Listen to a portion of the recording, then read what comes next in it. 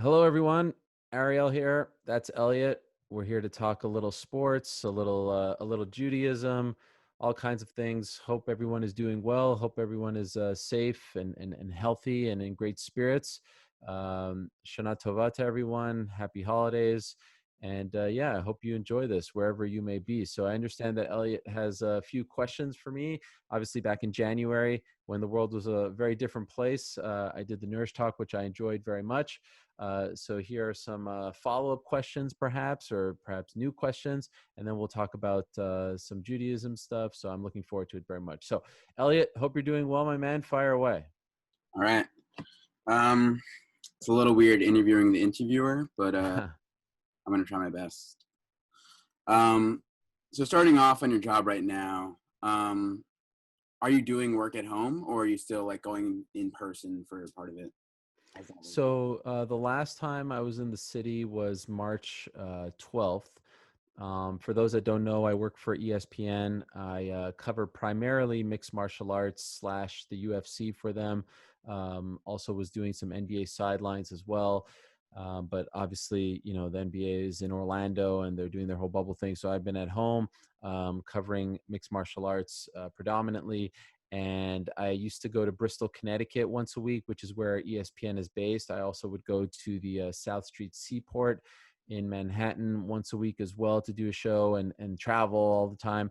But I have not gone anywhere since mid-March. So I've been doing all my shows from this location right here. Just kind of turned this into a makeshift studio for the stuff I do online, TV, podcast, all that stuff. And the one thing that I've learned throughout all this was the fans don't really seem to mind as long as you give them the content.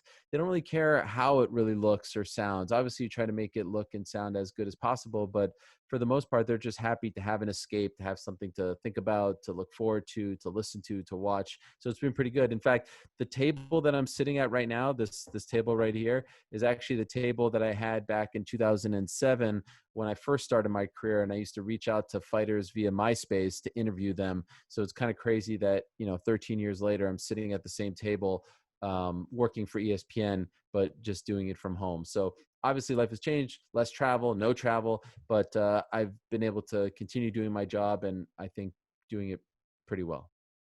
All right. And have they given you like any dates on when you'll be back in the studio, or? So that's a really good question. Some people have started to come back slowly but surely. I think they've realized that I'm able to pull it off from home for now. Obviously, at some point we want to come back, but I wouldn't be surprised if I'm back in the fall, maybe the late winter. It would be nice to travel to the events. I miss going to the big events and the big games and stuff like that.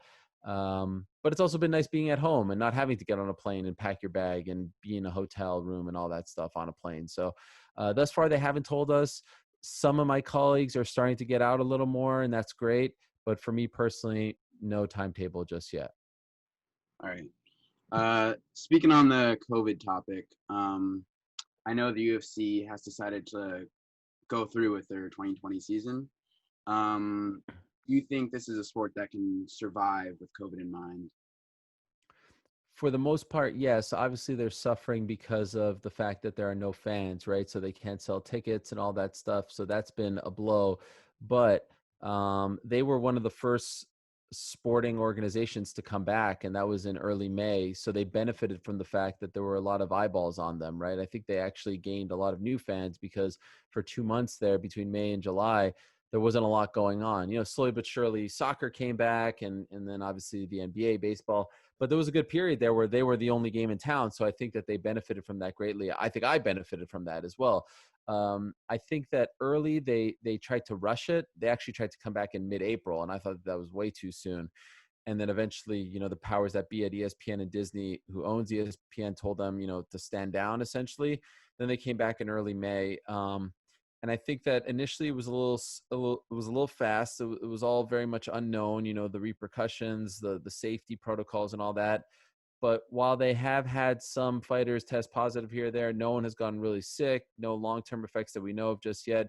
So overall, I think they've proven that they've been able to pull this off. They've been able to do events in Jacksonville, then Las Vegas, then they went to Abu Dhabi for this quote unquote fight island thing that they did, basically building this bubble, if you will. And for the most part, they've been able to pull it off. So yeah, I think that it's going to be easier, or it was easier for them to pull it off, and it's easier for like fight sports, combat sports to get back, as opposed to, say, the trouble that baseball had, basketball, hockey, football, because those sports have unions and there's negotiations and all kinds of stuff. In the fight sports, that's not really the case. That doesn't that doesn't apply. So it was a lot easier for them to get back on track. And I think they've proven that even though they can't have fans and it's in empty arenas, they've been able to do it successfully. So do you think like the reason that the NCAA canceled and like the MLB canceled, because they have like so many players, and the UFC has I guess a lot less people involved than like other sports? Well, I think they're all different, because with NCAA, there's schools involved and the students, and they're not making money, and they don't have a union, they don't have anyone kind of speaking collectively for them. So I think that's a really tricky one. And, from when we're talking today, there are some conferences that are saying yes, and some are saying no.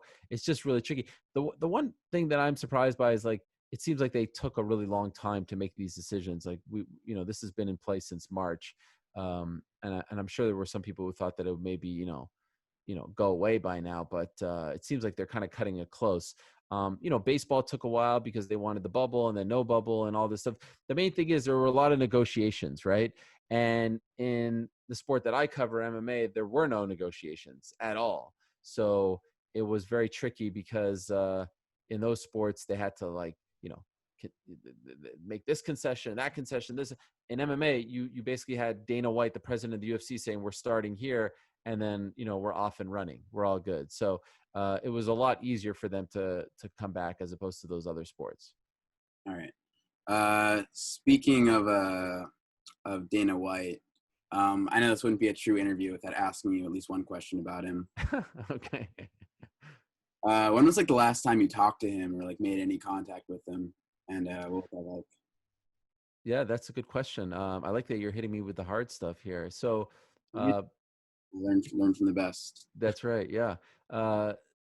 So very briefly, for those that don't know, Dana White is the president of the UFC. He's a massive figure in the sport. He's kind of the Vince McMahon, if you will, of the UFC. The UFC is the organization, the top organization in mixed martial arts. So the Ultimate Fighting Championship is what the UFC stands for, and then mixed martial arts is the sport. And so the main league is the UFC. He is one of their owners and also the president of the company. So he and I used to have a great relationship. We used to be very close, but over time we grew apart because he didn't like some of my reporting and some of the things that I was saying or talking about, etc.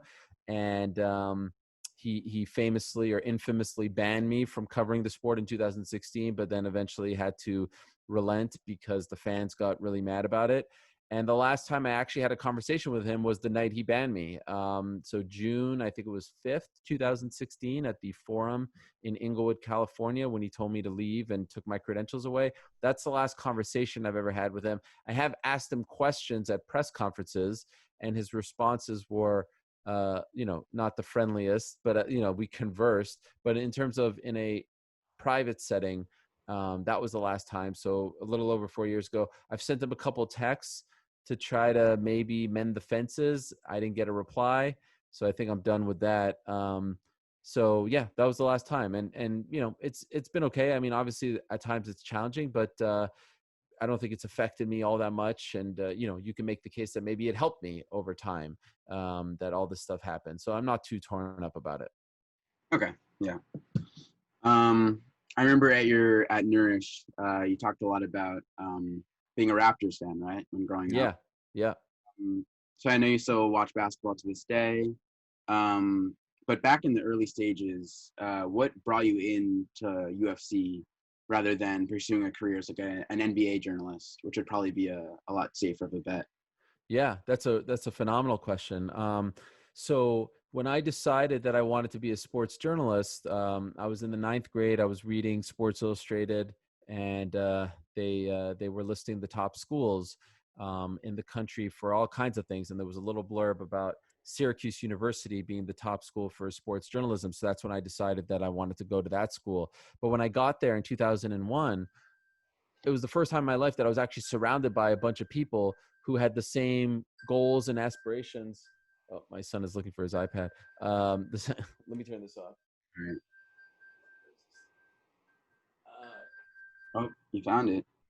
Well, I was hiding it from him. So there were a bunch of kids that had the same goals and aspirations that I had, and I don't like to follow the pack. Like I don't like to be like everyone else. So I remember in my first year, September of 2001. At this point, the UFC is only 8 years old, and I remember telling my parents, there's this sport called mixed martial arts, and there's this league called the UFC that isn't very popular right now. It wasn't even allowed to be on pay-per-view back then. It was banned in 48 of the 50 states. I mean, it couldn't have been at its lowest, but I just felt like the sport was going to be a big deal. So I said, this sport is banned, but in 10 years, I bet you there's going to be an executive in some office who's going to say, okay, I know nothing about this sport, but who's the guy, right? Like, who's the Howard Cosell, legendary broadcaster? Who is that guy for this sport? And we need to hire that guy. So at that point, I was like, all right, everyone else wants to be basketball, baseball, football guy. I'm going to go down this road, and I'm going to put my eggs in this basket and hope that it would all work out. So that's when I started my own radio show in college about MMA. And luckily, 10 years later, I actually got hired by Fox Sports. So my prediction came true. And obviously, since then, it's been 9 years, and now I'm working at ESPN and all that stuff. So I feel like the gamble paid off, but the goal was always to get to the top of the mountain in mixed martial arts and then cross over, right? To prove to people that I'm not just a one track, like not a, like the, a guy who could do more than one sport or cover more than one sport. And now I'm getting to do basketball and all that stuff. So that was part of the goal. That's why I came to ESPN 2 years ago. And I feel like I'm on my way. I feel like it's working out. And what did your parents first think when you started to get into MMA? Were they a little? Man, not at all. I'm very, very lucky. My parents are my biggest fans, and never for a second did they say like, "Hey, what are you thinking? This is crazy. This is a mistake. You're, a nice young Jewish boy. You shouldn't be doing it." Like, my mom has listened to every single show I've ever done, including the ones that I did this week. She never misses anything. She consumes it all. She's a big fan. She gives me her predictions. She says she likes this guy, doesn't like that guy, is looking forward to this fight, all that stuff. They could not be more supportive, and never tried to deter me, never tried to steer me in a different direction. And I'm very, very thankful for that. All right. So you're talking a lot about journalism and how it's been like a lifelong dream of yours. Was there ever like anything else you want to study at all, or like a backup plan? Before I kind of fell into the journalism dream, there was a time where I was thinking I'd be a lawyer, only because, and this is way early, like I'm talking elementary school, because my parents said that I like to talk a lot and ask a lot of questions and argue a lot. But I actually think that all those things are good for my current job too. So, when you're that age and when not that many people are going down the journalism path, um, you'll have a parent who will be like, "Oh, you should be a lawyer, right? You talk a lot, you ask a lot of questions. I mean, it just makes sense, especially Jewish community. You should be a lawyer." So I thought of that. I also really wanted to be an NBA player, and I actually made a deal with my cousin. We signed it. We signed a contract, which I don't know what the year was, but it was like this was like 1993, and we signed a contract that by X year, maybe I don't know, 2003 or something like that, that I would be in the NBA, and if not, I had to pay him $1 million. So that contract, I don't know if he still has it, but that was like the original dream. Like, I wanted to be an NBA player, but I quickly realized that I didn't have the chops. So then I wanted to talk about the NBA. Okay. Um, Going back to like your, I guess your reporting career. Um, I know that you ask a lot of questions that the public wants to know, and that other reporters are a little too afraid to ask. Is there anything off limits for you when asking a fighter a question? Do you want to be a journalist? Um, Because I these are good questions. thank you. I will admit, you should be with questions like this. I like it. Do you? Um, I don't know. I mean, I actually am applying to Syracuse. I was going to go into marketing. That's what I was thinking. Okay. But maybe, Well, they have a good journalism school if you want to look at it. Um, Personal stuff are a little bit, it depends. Like if you make your personal life public, then I think it's fair game. Like recently, here's a great example. Recently, a fighter was married, Mhm. made his marriage very public, like Instagram, this and that, but also to the point where his wife was, in his corner. His wife was his like quote unquote coach, right? In his fights. So like she wasn't just his wife, she was actually like a part of his fight persona. And then they broke up. And then he had a new girlfriend and he put her in his corner in his fights and all that. So it's like it all kind of makes. So I asked him, he's like, "Oh, you're asking me about my wife?" I'm like, "Yeah, you kind of made it public. It's not like I'm asking you about someone that we've never seen or heard or talked about. Like she was a very big part of your story. She was everywhere every time you did an interview. But if there's stuff about personal stuff about children, all that, I do feel like there's a line, right?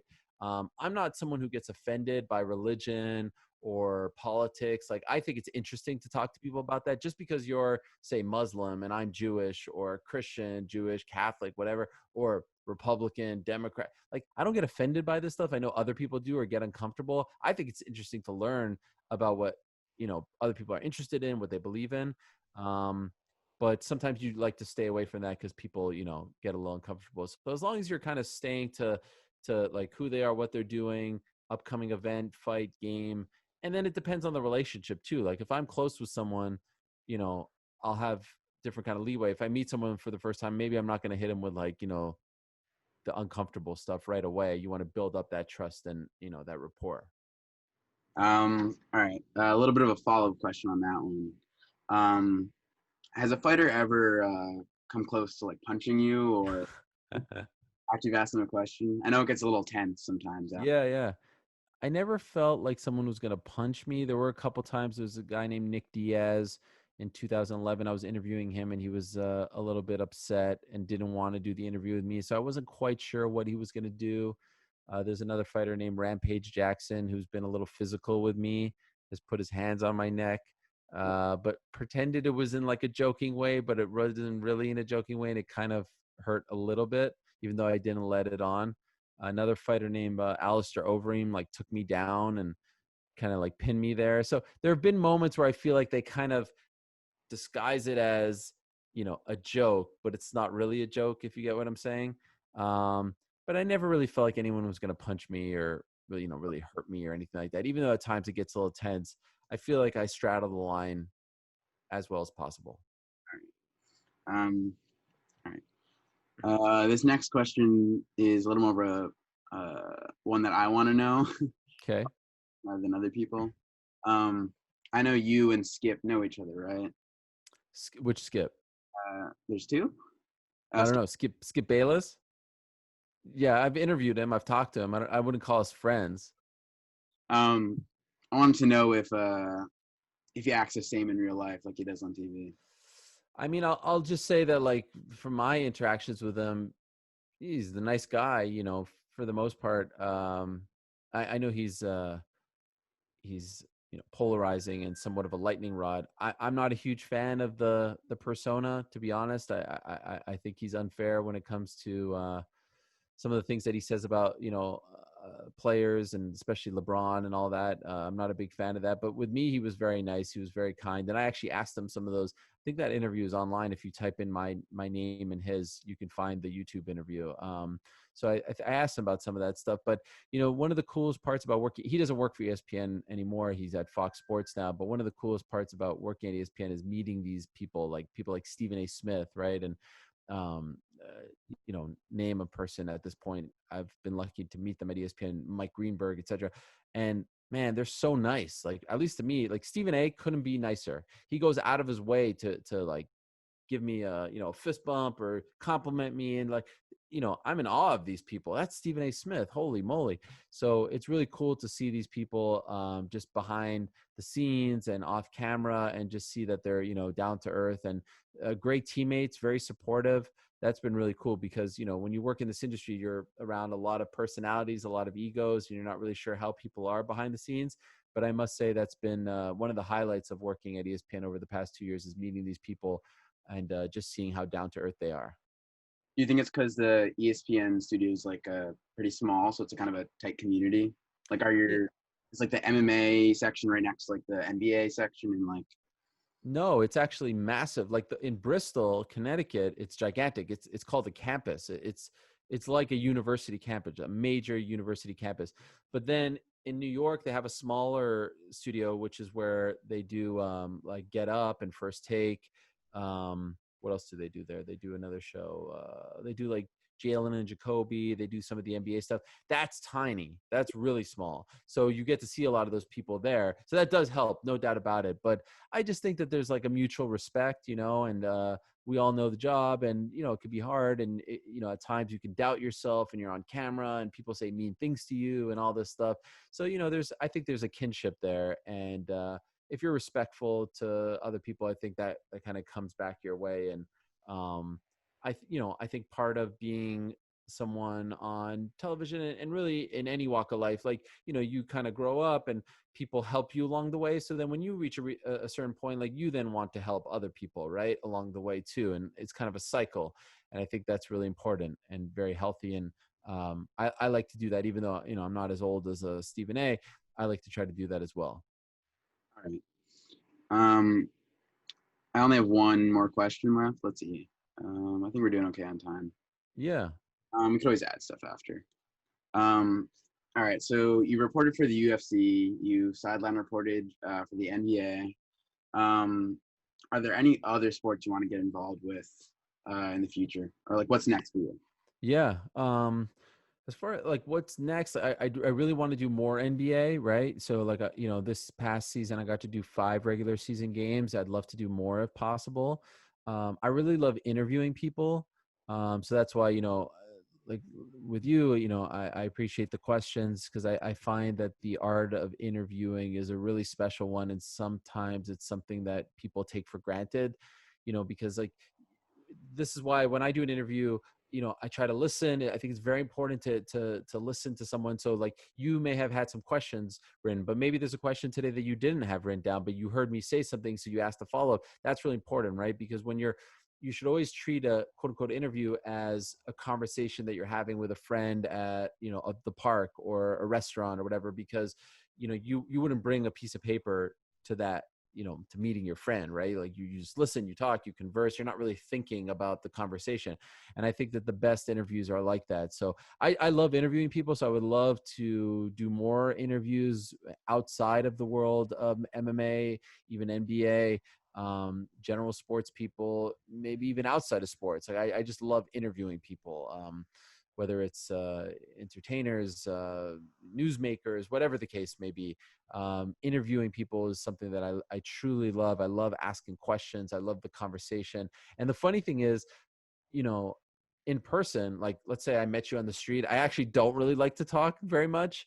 Like if you would have asked a lot of my friends or my family members, would Ariel have become a guy on camera talking to all these people? There was a no way, because I was relatively shy and all this stuff. But for some reason, when it's on camera, it just feels different for me.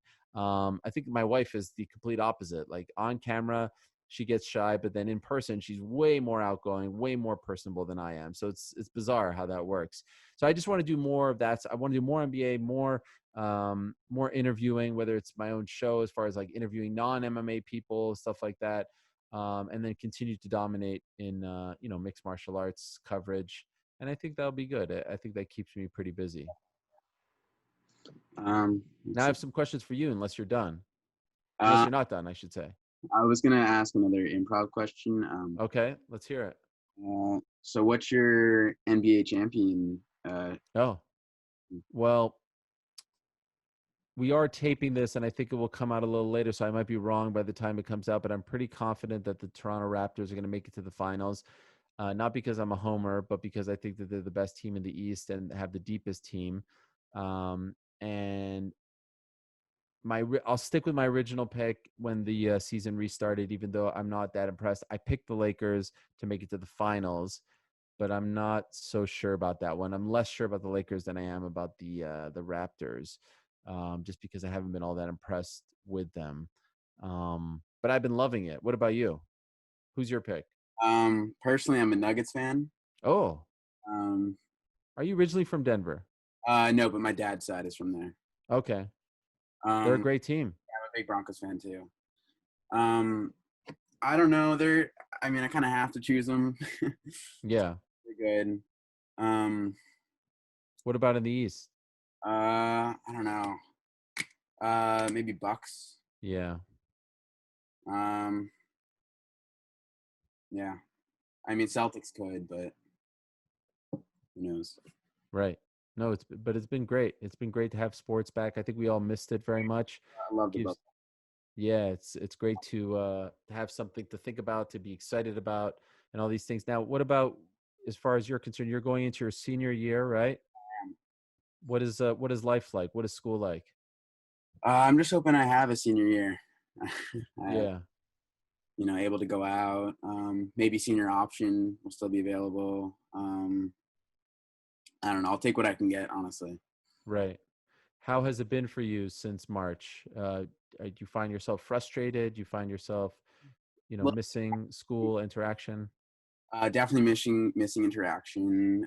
Who knew I would miss going to school that much? Um, but yeah, kind of just want to go back to normal. Yeah.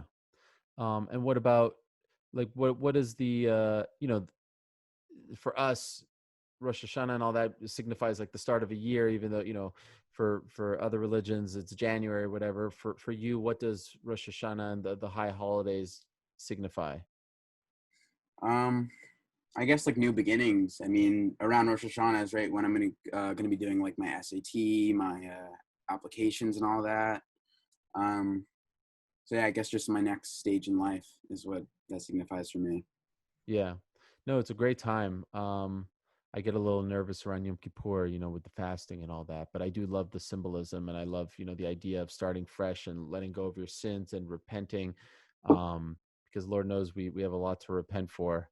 It does feel like we've been living like during the 10 plagues, right? These past few months. So it's been a very strange time in all our lives. But I do think that Shomrei has done a great job of, trying to sort of like work with the times that we're living in and offering things to people. So I think that's really very, very important.